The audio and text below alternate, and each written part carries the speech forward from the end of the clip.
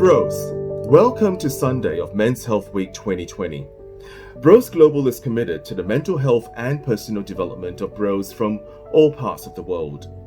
Over Men's Health Week, I have been featuring topics that affect our mental health and well-being.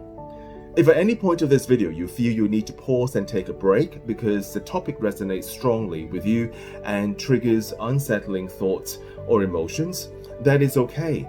Be gentle with yourself and know that you can reach out to me or anyone in your support system. You are not alone on this journey. Today I want to talk to you bros about battling addiction, whether it is drugs, alcohol, gambling, porn or sex. Most fellas who engage in addictive behaviors and go on to develop an actual addiction find that overcoming it is more challenging than they expected. Even though the difficulties guys have with quitting drugs are well known, when we actually start using, we often feel either that addiction is a myth and we can quit anytime we want, or that we are an exception to the rule. This is even more true of non-substance or behavioral addictions involving activities such as gambling, porn, sex, gaming, or even bodybuilding. What makes the situation even more complicated is that for every addictive behavior, there are some people who are able to engage in the behavior without developing an addiction. This is true of all behavioral addictions as well as substance use, including controlled drinking, recreational marijuana use, and even controlled heroin use. Most blokes think that they are invincible and one of the lucky few who won't get hooked. Unfortunately, they don't realize the truth until it is too late. By the time they recognize the need for change, they may not even want to. It can take years of being faced with the negative consequences of an addiction before realizing that it is causing significant problems. Bro, if you make the decision to address your addiction, you need to have a specific goal in mind.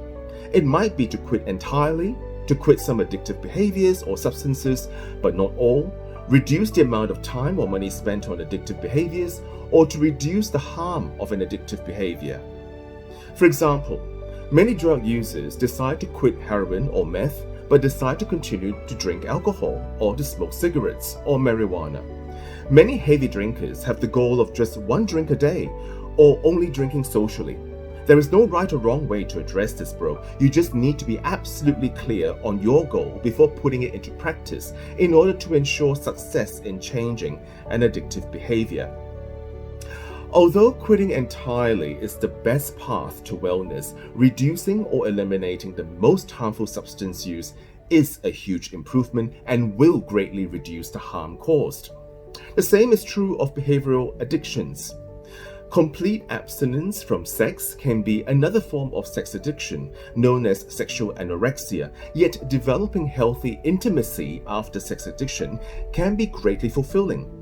And reducing obsessive exercise to healthy levels is likely to improve health and wellness more than quitting exercise entirely. Bro, making the decision to change and deciding what that change will look like is a process that often takes a while. This is known as the contemplation stage because it involves contemplating or thinking about whether to change and what the change should involve. Ambitious goals are not always best. It is best to set a goal that you will actually achieve than to plan to quit cold turkey and end up relapsing, which can be more dangerous than simply continuing without any changes.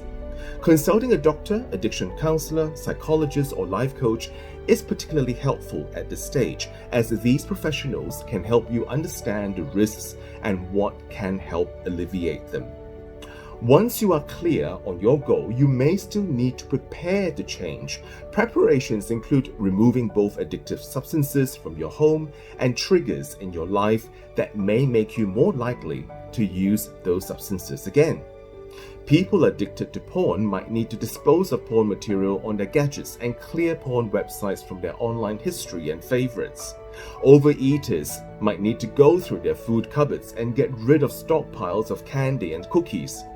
Bros who are problem gamblers might need to cut up their credit cards and arrange with their banks to have just enough cash to cover bills and living expenses.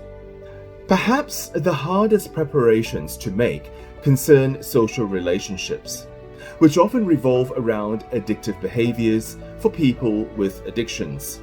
Suddenly, quitting an addictive behavior can be lonely, especially if you have lost touch with people who don't indulge in the same behaviors.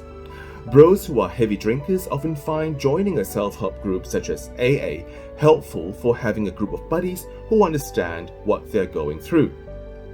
Take time to contact friends and family who will support you in your goals without being judgmental if times become hard and you slip up. You might also want to let those mates you drink, use drugs with, or engage in addictive behaviors with know that you are planning to change. They may not understand, or you may be pleasantly surprised. Either way, it's a good idea to let them know of your goal and what they can do to support it, even if it means taking a break from the friendship. For alcohol and drug addictions, it is a good idea to talk to your doctor or local drug clinic about whether you need medical help in quitting. There are many more options for medications to help alleviate withdrawal symptoms these days. And if you have an underlying mental health problem such as anxiety or depression, you could find that it could feel worse during the withdrawal phase. Typically, doctors and drug clinics are very supportive and enthusiastic about giving you the help that you need, so don't hesitate to reach out. Bro, I know that there is no right way to feel while you're quitting, but if you are feeling depressed or find yourself constantly wanting to return to the addictive behavior, you should seek support and treatment from your doctor. Be aware that withdrawal symptoms can be a difficult aspect of overcoming addiction. With substance addictions, the physiological aspects of withdrawal can be extremely uncomfortable, feeling like a bad flu or even be life-threatening. For this reason, it is a good idea to talk to your doctor about the best way and the best place to quit a substance use, such as alcohol, painkillers, benzodiazepines, and other prescription drugs, meth, speed, and heroin. Fortunately, most of the acute symptoms of withdrawal pass within a week or two of quitting, although you should take special care not to take your old dosage if you have been through withdrawal. Bro, know that your relationships and friendships are likely to change as you overcome your addiction. As they will no longer revolve around the addictive behavior, it may take time to appreciate a new normal. You may also be touched by the loyalty and simplicity of those who live life without chasing a high. You may find that friends and family whom you could not get along with while you were embroiled in your addiction welcome you back into their lives. Ultimately, take pride in your quest to win in overcoming your addiction.